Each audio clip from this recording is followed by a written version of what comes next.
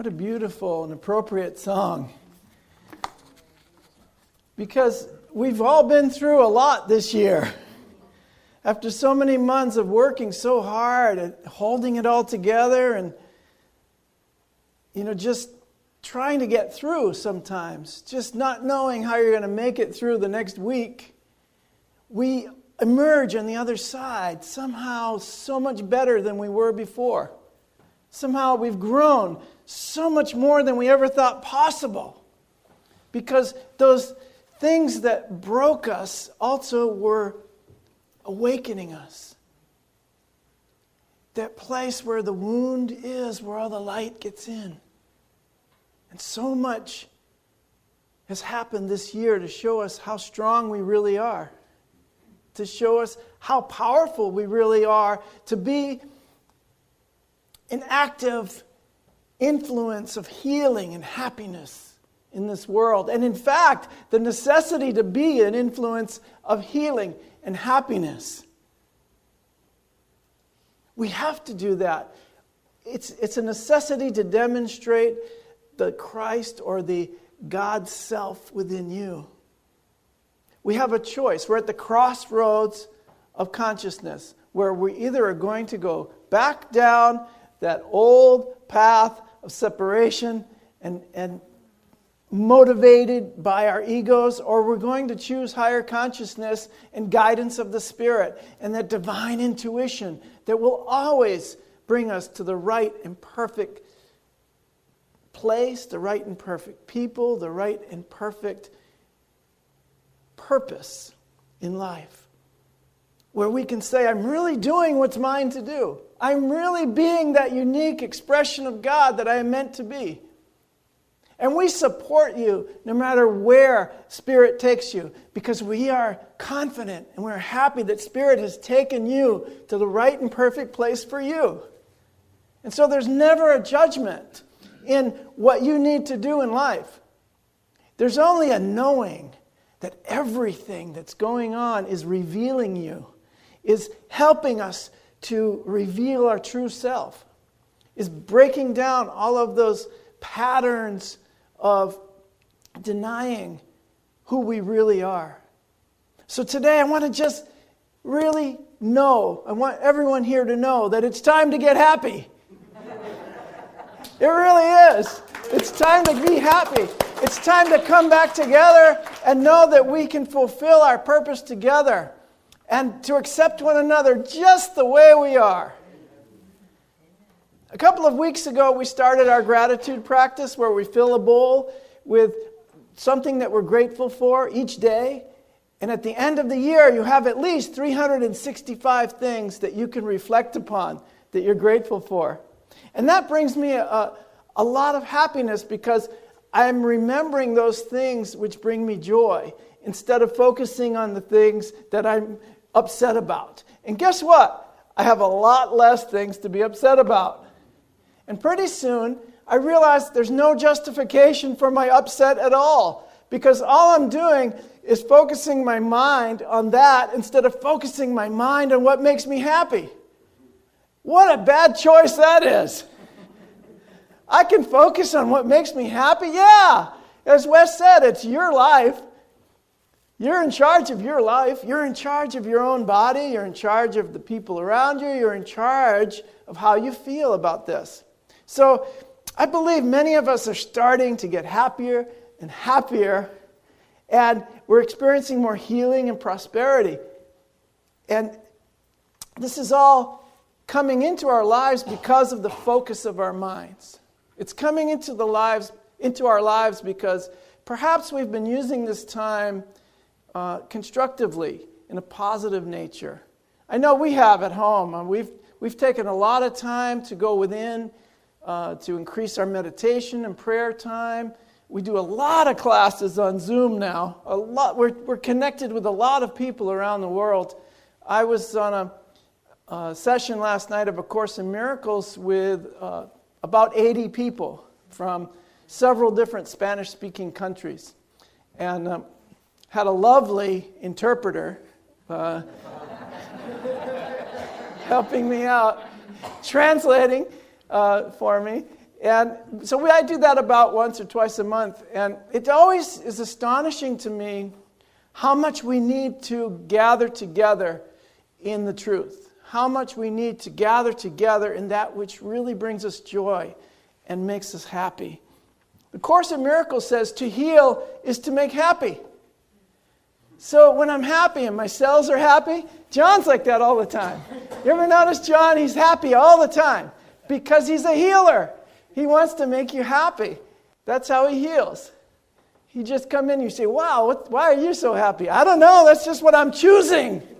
I'm choosing to be happy. Last week, what did we learn? Uh-oh. Nobody? All right, tell him. Go ahead, tell him. No? Being the greatest expression of my loving self. I'm being the greatest expression of my loving self. I'm committed to being the greatest expression of my loving self. What we always say to each other, how are you doing? We're mastering magnificence. Amen. We're mastering magnificence. You are a magnificent masterpiece of God right now, but you're also a work in progress because you need to master that. You need to learn to work with that. And it's really important that we use spiritual principles to do so. And the one that I want to focus on today is happiness. My mom used to say to me, it was also Mother's Day recently, so my mom, who passed November 1st, 2019, still with me, very present with me all the time. She said, I know you will be successful at anything you do. I know that. But what I really want is for you to be happy. So make sure what you choose to do in life brings you happiness. Make sure what you choose to do is bringing you joy, because that will bring others joy. All those around you will feel that joy, and they'll want to be in that joy with you. They'll absolutely choose to be in that space rather than a space that is uncomfortable, that is painful, that is full of conflict, that is judgmental, that is doubtful, that is suspicious. All those things of the ego, those are attributes of the ego. But when you're happy and you're joyful, you're going to be exuding the attributes of God. Inclusiveness, loving, compassion, giving, forgiving, and just pretty much open. I think that's one of the most important things, is that I'm open. I'm open to accepting you and your path just the way you are, and just what you need to do in life. I know it's perfect for you.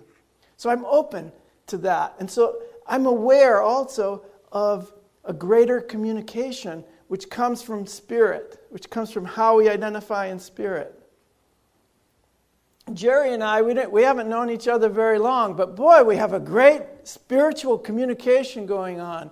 And when we get together and we meditate together, we meditate on healing, because you're in a healing process. And I love the fact that you call it a healing journey.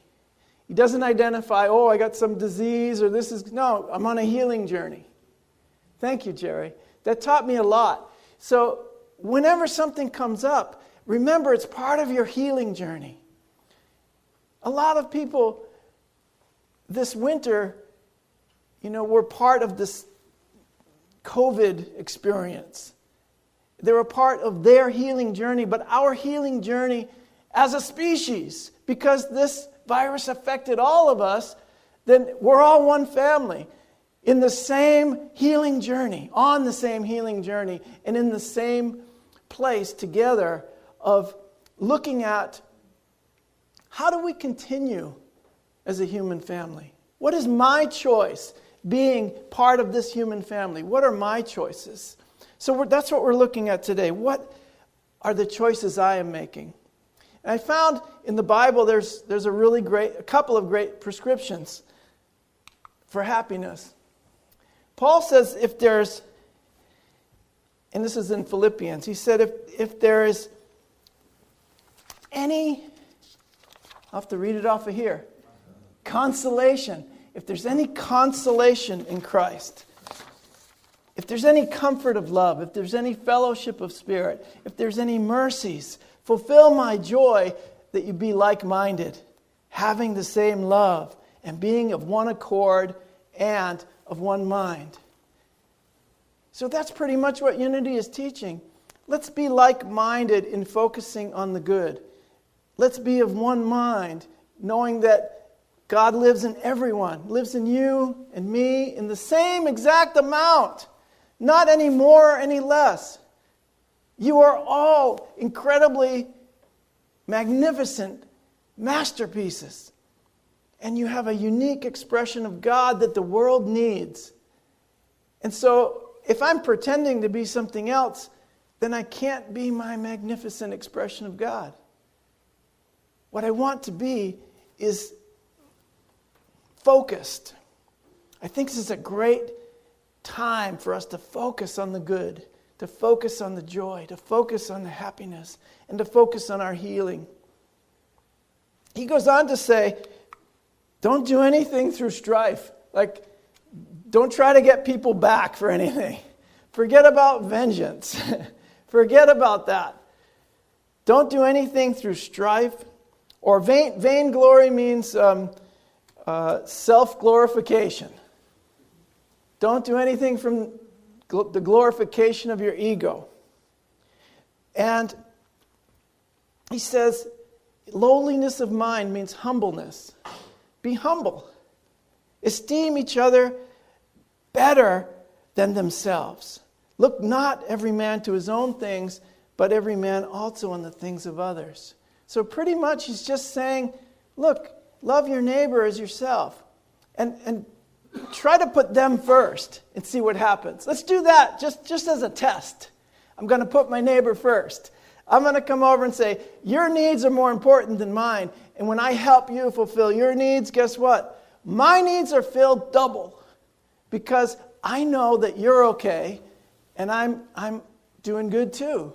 So now I'm not worried. If I just fulfill my needs, I didn't do anything for my neighbor. I have to put my neighbor first. And then it says also the things of others. So put others first when you're thinking about what your purpose is in the world and how you're giving. We always take 10% off the top and tithe it. And Unity takes 10% off the top and we say, okay, who can we help this month? And we pick organizations that we can help throughout the month. And I'm happy to say that our food pantry box is full this morning. Wednesday, there wasn't one thing in there. As I brought in a couple of bags and I envisioned that box being full. Thank you. It's full this morning. Thank you so much. And that this month is going to the Salvation Army. Last month went to Yarmouth Food Pantry, the month before that, and quite often we give it to the Veterans Food Pantry. So it's an ongoing thing that we are doing thanks to Bruce and Dolores and others who keep that going. And we also tithe to other Unity organizations because they too are uplifting people's spirits and teaching about the truth of you, the divinity and the innate goodness of you. Can you imagine if everyone really remembered their innate goodness? I remember Sean Moniger when he came to do the installation service outside, and he said he used to work with children, and one day one of the boys was really having a hard time, and he was acting out, and he was creating a real stir in the class and throwing things around and hitting other children, and they had to slow him down. And one of the children said, because Sean was teaching that you are good, you are inherently good, that's your nature. And so one of the children went to the teacher and says, I think Tommy forgot he was good. And so the other children just reminded him of his innate goodness. And actually it wasn't the teacher, but the other children that calmed him down. And he got back into the class that way. And Lily's teaching children how to be mindful, how to breathe, how to pay attention to their breath, to their surroundings, to make a calmer choice in their life. Imagine if we all had that as little kids. And I know we need it now, but if you imagine that all children had that opportunity, then the world is going to look a lot different. I think it was the Dalai Lama who said, if you taught every 8-year-old to meditate, that there would be peace on earth within 3 generations. That's your grandchildren. No more war, no more strife, no more struggle, no more judgments, no more violence. 3 generations. If every 8-year-old was taught how to meditate. Because you're getting in touch with your true self, your true nature. You're getting in touch with the God within you, or the love within you. So even if you're not 8 years old, I recommend you meditate every day. All right, let's go on, because you know what that sounds like to me? What Paul's saying here? It sounds like creating community, doesn't it? Look not to every man on his own things, but also on the things of others. Right? Don't care so much about yourself first, but care about the other one first. Sounds like creating community, celebrating love, and finally, maybe transforming some lives, which is what we really want to do. Jesus also knew the importance of bringing healing and happiness, and he had a prescription for it too.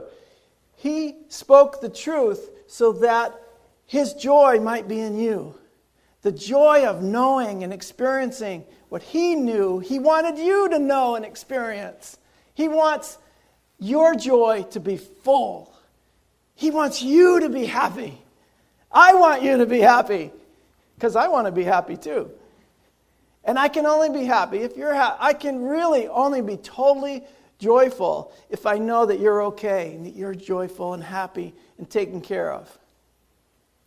That's why a lot of us are in the helping professions, because we're taking care of others, and that brings us great personal joy and satisfaction.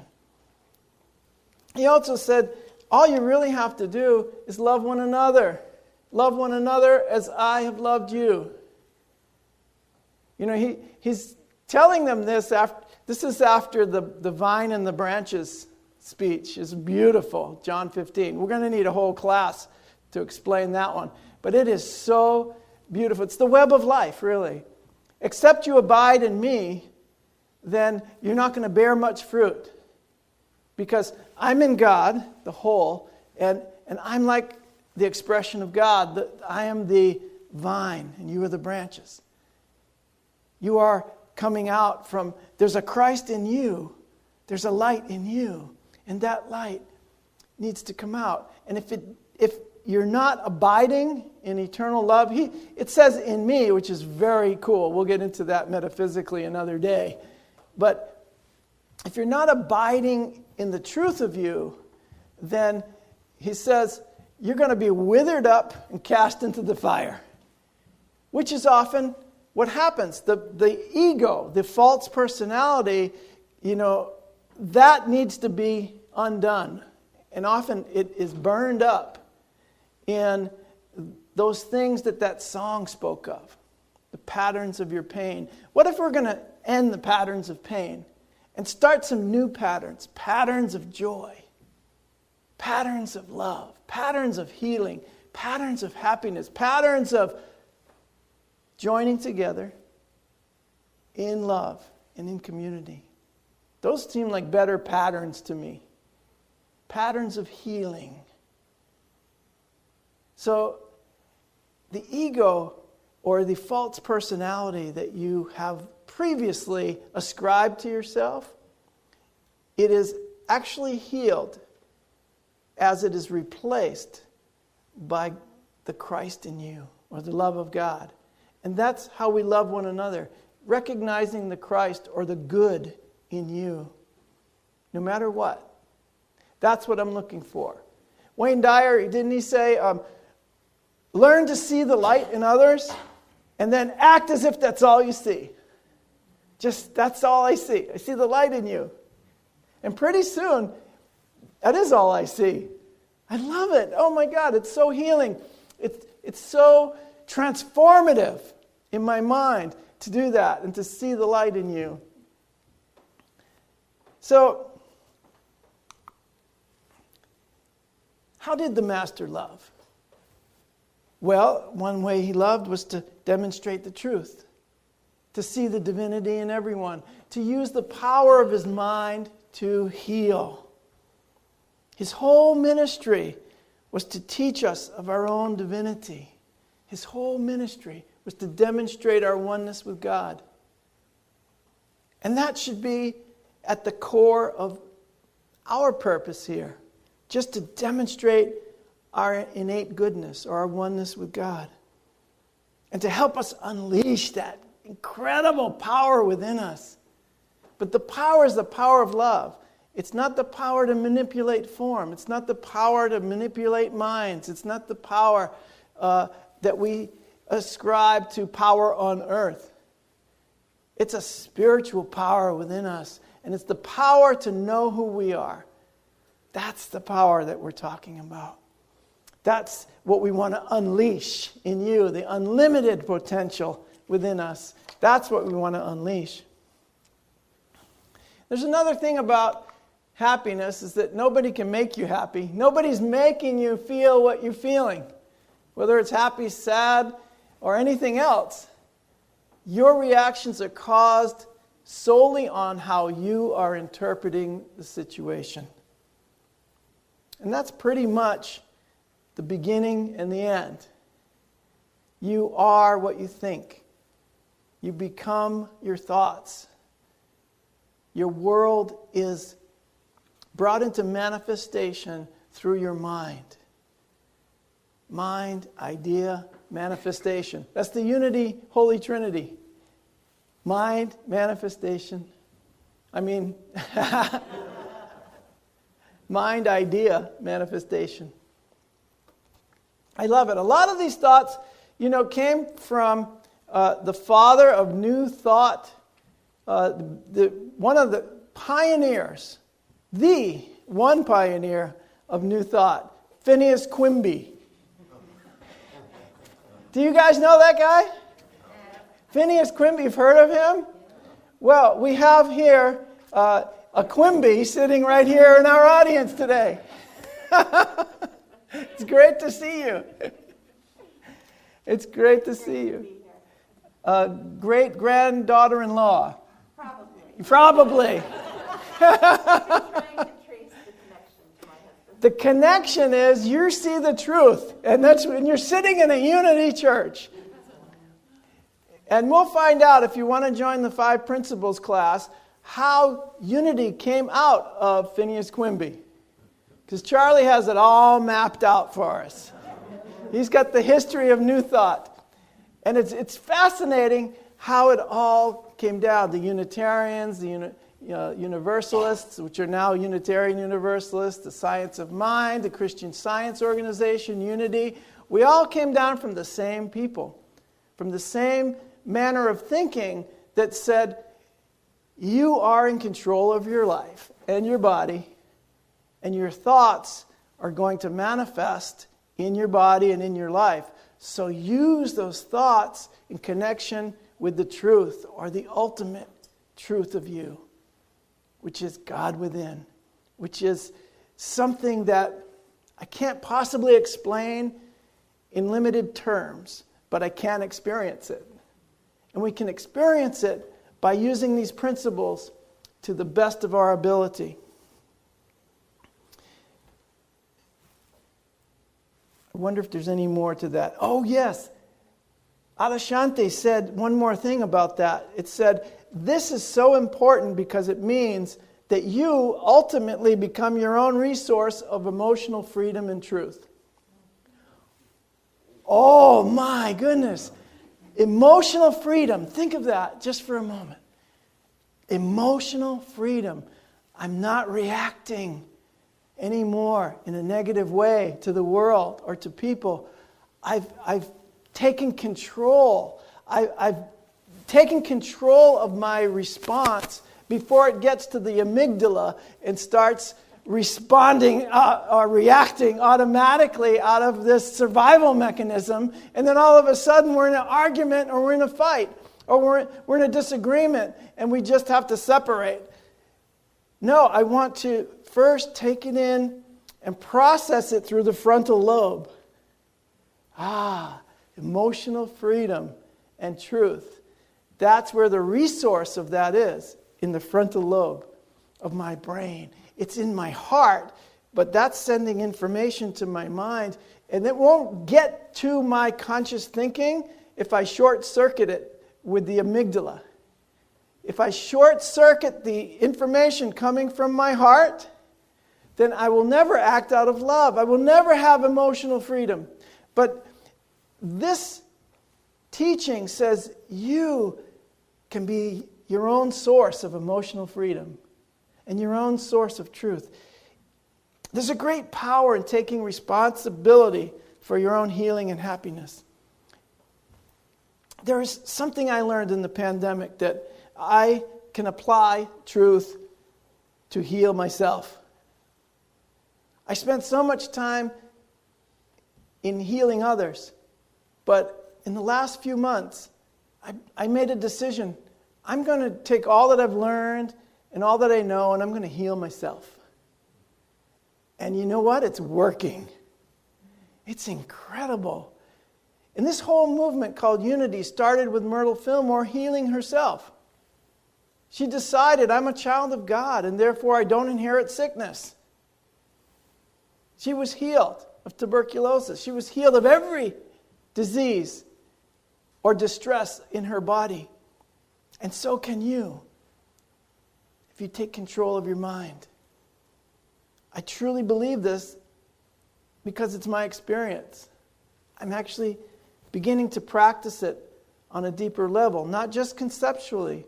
I'm practicing it emotionally, mentally, spiritually, on a soul level. That's where it really takes hold in your consciousness, is on the soul level. And there's something else I learned, it's that laughter can be the best medicine. So I hope you guys are here to really be healed today, because I think we're going to join in some laughter. There's a great truth that says, "Blessed are we who can laugh at ourselves, for we shall never cease to be amused." The gift of laughter. Does that look like anyone you know? I love it. Human beings go through a lot of challenges in life. And some of these challenges are physically painful and emotionally challenging. We go through growing pains, of early childhood and adolescence and marriage and children and sometimes divorce. And there can be financial hardships and unexpected things happening. And we all have to face the transition of our loved ones and our parents as they move on to the spiritual realm. But one of life's changes, I've been told, that can be put right up there at the top of the list, and half of Earth's population experiences it, is the big change: menopause. If you can laugh at this particular challenge, you are really applying spiritual principles. I've been told. You're really applying this principle here of laughing at yourself. Blessed are those who can laugh at themselves, for they will never cease to be amused. So this is what we're going to experience today as we watch the play, Menopause the Musical, put on by these fine ladies. There's some of the actors. Oh, look, they're all here. The whole cast is present today. Give them a hand. Oh, my goodness. The most famous play that was ever performed at Unity on Cape Cod. This is one of the most famous productions you'll ever see. It put this place on the map, let me tell you. And so we're going to experience this today, and I hope you'll stick around to see it. And remember, laughter is the best medicine. We're here really to bring more happiness to the world. And just thank you for doing it. I love you all. And next week, we'll be outside in the parking lot for our special Memorial Day musical service. And yeah, so invite your friends. And it's great to see you all here today. Stick around. Just 5 minutes after the service, we'll show the film. Okay? Thank you so much. We love you.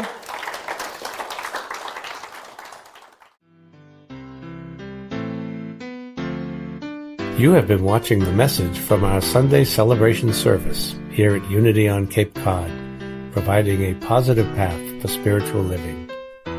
Please join us every Sunday morning at 10 a.m. at 147 Walton Ave, Hyannis, Mass., and visit us online at unityoncapecod.org. This video was made possible in part through a grant from Unity Worldwide Ministries and the Templeton Foundation.